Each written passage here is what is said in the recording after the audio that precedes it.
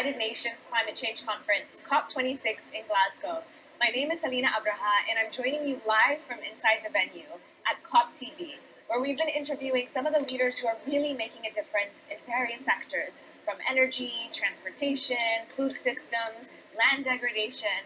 And today we get to dive in deeper to talk about the role that construction and architecture play. So I'm really excited to introduce to you all Rosie Paul, who is the co-founder of Mason Inc., and it's part of the Climate Heritage Network, which is a Race to Resilience partner. Yes. Hello. Thanks so much for being with us. So you're one of the founders of Mason Inc., which is a people-oriented design and construction firm specialized along three verticals: sustainability, heritage conservation, and social architecture. Can you explain to us what's behind the name of Mason Inc. and what is it that you do? Yes, of course. Thank you, Selima. It's interesting that you asked me about the name because there's actually a story behind it. Yeah. Architecture is very often seen as a very egocentric profession where not much thought goes into the hands behind our creations. It's very often when you see buildings, you know the architect that designed it and conceived it, but not the artisans behind that. So actually, the name Masons Inc. actually is an ode to the artisans that work on our buildings and kind of bring them to reality. That's really amazing. It's great that you put that at the heart of kind of your value system for the firm. So can you tell us, what does Mason Inc. do differently in comparison to other organizations? So Masons Inc. Specializes in sustainability and heritage conservation. And for us, what is really important is that we know that our role in climate action is key, and we cannot ignore that. And hence, it's a very core aspect of our mission, really. And so every time we take on a project, we look at how we can do it differently, how we can involve people in it, and the core of it is also really people oriented, like you said earlier. And what's different about it is when we talk about sustainability, we're not really looking at high-tech, futuristic solutions. Yeah. But we believe that the solutions were already there. We're not trying to reinvent the wheel, but really look at our traditional knowledge systems and see what is it that made them survive all these years, and see how we can innovate on them to bring out better low-carbon solutions to the challenges of today and tomorrow. So yeah, can you break down, heritage conservation as being one crucial piece? So what does that mean, and what is the power and value of indigenous and local knowledge as it relates to climate action? Yes, so I think I can best probably explain it through an example. Mm-hmm. So one of the projects that we're working on right now is looking deeper into natural additives that were added into earthen dwellings of local communities, and these additives are plant-based additives or rice-based additives, depending on which region they were located. So we're actually looking into these additives and studying them scientifically and seeing if they can replace some of our industrial products, like very high carbon products that we use in construction today to create more durable water resistant structures.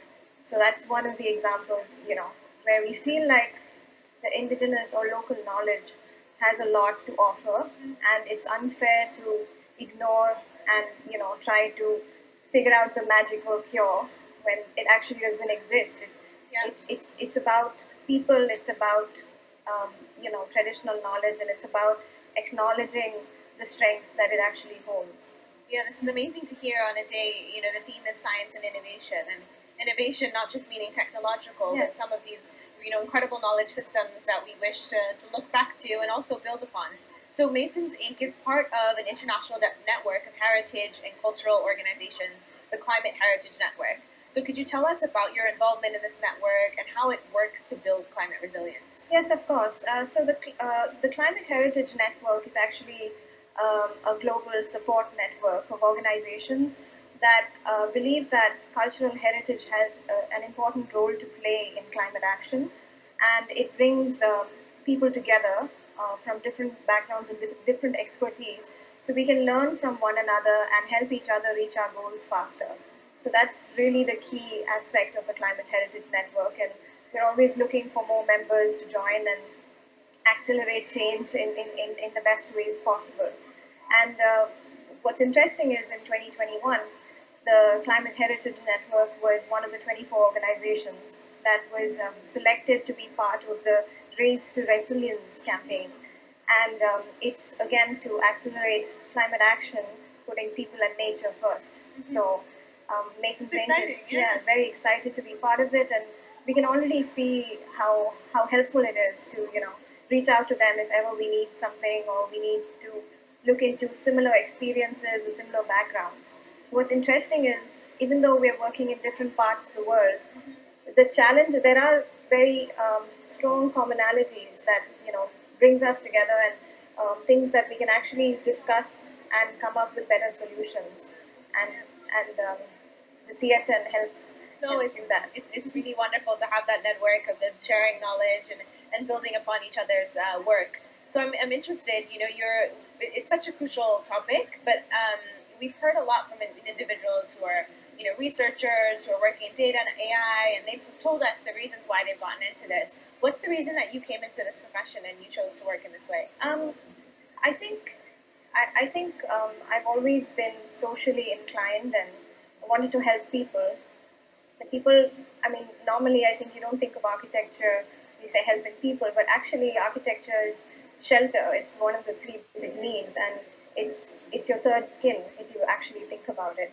And I realized that if I and my business partner Sridevi Changadi, we started Mason's Inc. together, and it's something that we both believed in, and we said, let's get together and really see how we can make a change, and we look at also gender inclusion in this profession, not only in the office but also on the work sites, because it's a very important key. And I want to stress on how we have so much to learn from our traditional systems, because women were always part of building construction traditionally. All over the world, we are right now collaborating with another organization called Collective Zone Popo, and we're doing this study about the role of women in traditional architecture all around the world. And it's impressive to see how much women have contributed, and now not many people think that women had a role in construction, and we've come far away from it. So I think the core idea is to bring about change, and I think Gandhi said, be the change you want to see. So we're just trying to be part of the change. No, that's amazing. I'm really glad you brought that up, because it's also Gender Day here at COP. We've been talking about the importance of women being involved in climate solutions and also getting involved in sectors where there isn't a lot of representation. And so it's amazing for us to be able to hear about how you're reimagining architecture to be more people, driven, people-centered, and also to have more women who are coming back to what, how things used to be, really taking a lead in designing spaces. It's really wonderful. So you're at COP26. What's your main message that you want to give to our audience or to decision makers? I think it's important to keep trying.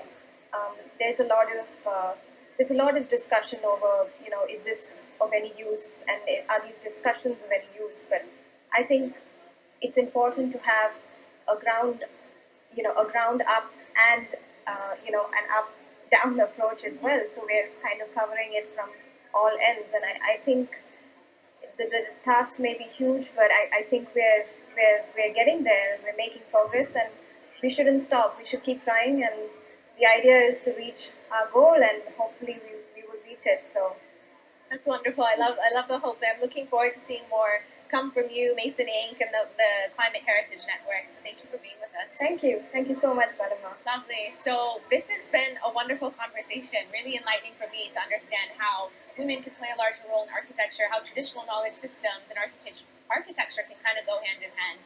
So look forward to having more interviews. You can watch them at the UN Climate Change webcast. It's unfccc.int. And you can stay tuned with updates on the hashtag COP26. So I'll see you at the next interview.